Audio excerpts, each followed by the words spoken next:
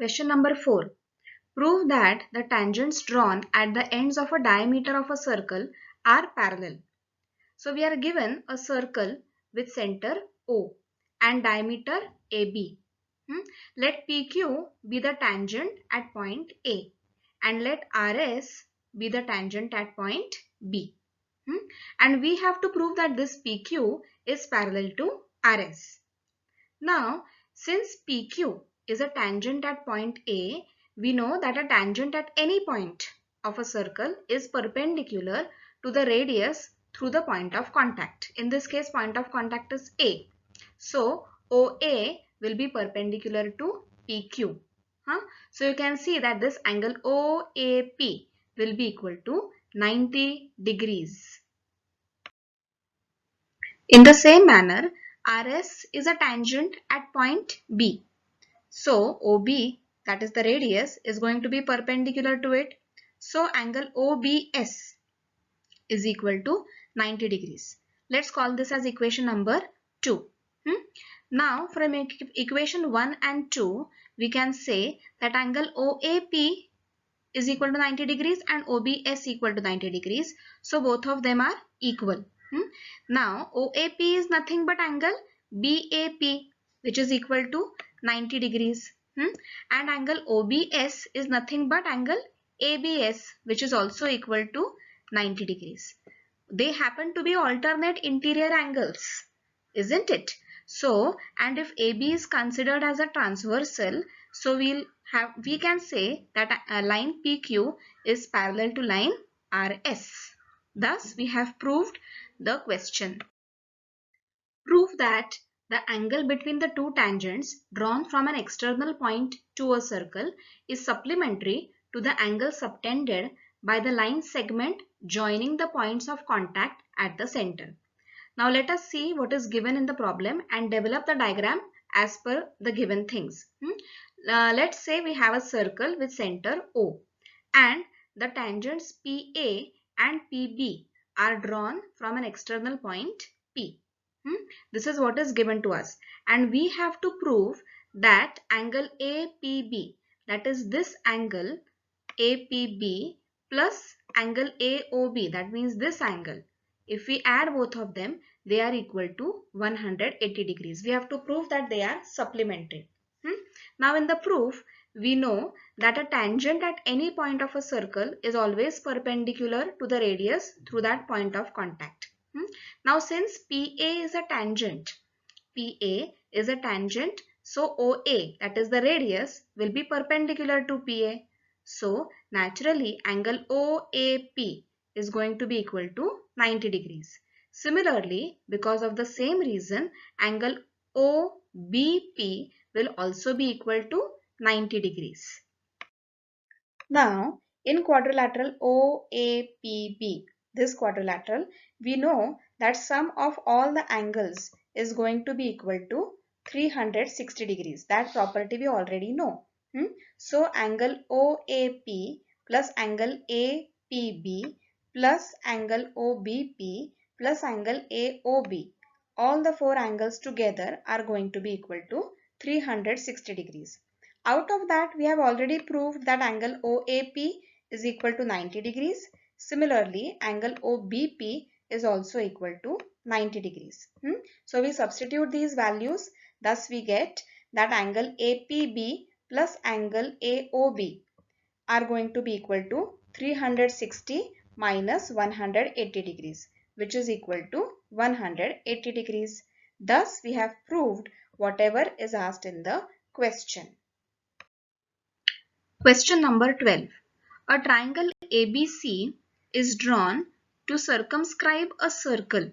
You can see the circle inside it of radius 4 centimeters, such that the segments BD, such that the segment BD and DC, into which BC is divided by the point of contact D, are of lengths 8 centimeters and 6 centimeters respectively. Look at the figure. Triangle ABC, point D is on side BC and it is dividing the segment BC in such a manner that BD is 8 centimeters and CD is equal to 6 centimeters.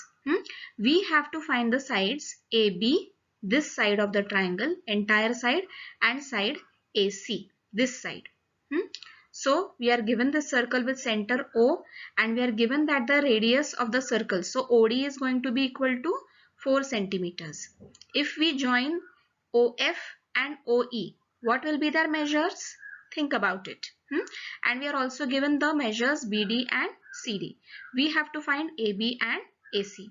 Now let us do a small construction in which we will join OA, OC and OB. So what will happen because of that? We'll get three triangles, OAC, OCB and OBA. Have a look at those triangles. And AC and AB, this one, AC, this side, and AB, this one, intersect the circles at points E and F, or rather they touch the circle at the points E and F respectively. Okay, this is what is given to us and what we have constructed. Now, let us try to develop the logic for this problem. First, we will try to define the unknowns. The unknowns in this case is only AF and AE, and we'll take them as X. Secondly, we will find the area of the triangle ABC using Heron's formula. Now, the details of all these steps we will see when we are actually doing the problem. Okay. The next step will be to find the area of the triangles formed inside the triangle ABC. That means which triangles we are talking about? Triangle OCB, OBA and OAC. How to find out the areas of these small triangles, that also we will see while we actually do the calculations. Now add the areas of these small triangles and equate it to the area of the triangle ABC, where we have found it in the first step over here.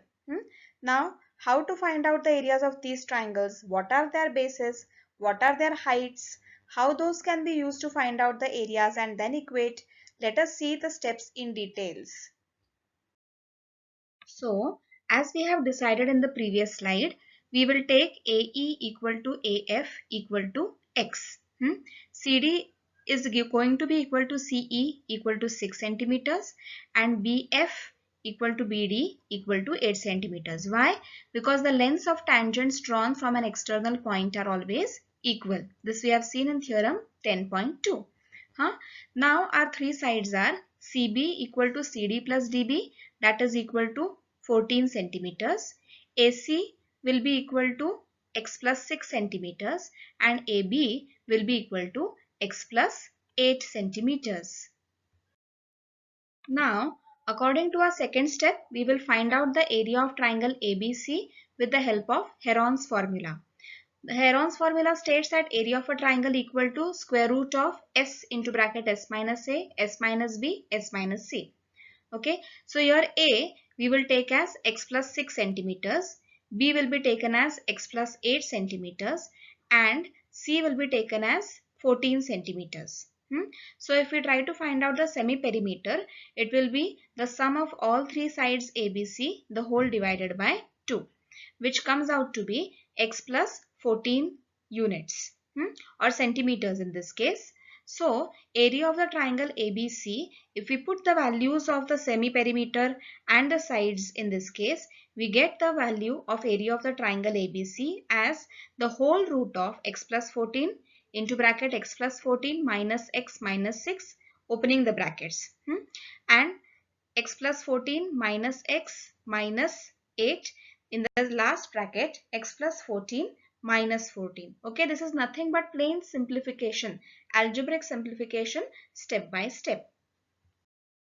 So, as you must have realized, many terms get cancelled in the previous slide, in the previous expression. Okay, so finally, we get the expression for area of triangle ABC as equal to the whole root of 48x square plus 672x. Okay, now we join OE as well as OF. Remember the three triangles that we had talked about? Okay, so that means we are trying to show the form of the triangles also and show the height also of these triangles. Okay, so OD equal to OF equal to OE will be the radius of the circle, which is equal to 4 centimeters. We also know that tangent is always perpendicular to the radius. So OD will be perpendicular to BC, OE will be perpendicular to AB. Same way, OE will be perpendicular to AC. Okay. Now, we will try to find out the areas of these smaller triangles. Okay. So, area of triangle AOC will be equal to half into base into height. Where the base is equal to AC and the height is equal to OE. So, length of AC is x plus 6 and the height is equal to 4 centimeters. So, the area of this triangle will be equal to 2x plus 12. Similarly, using the same formula for triangle AOB, we get the area is equal to 2x plus 16 centimeters square and area of triangle BOC equal to 28 square centimeters. Okay, now what we are going to do? We are going to add the areas of all these three triangles and equate it to the area of triangle ABC, which we had found out using the Heron's formula.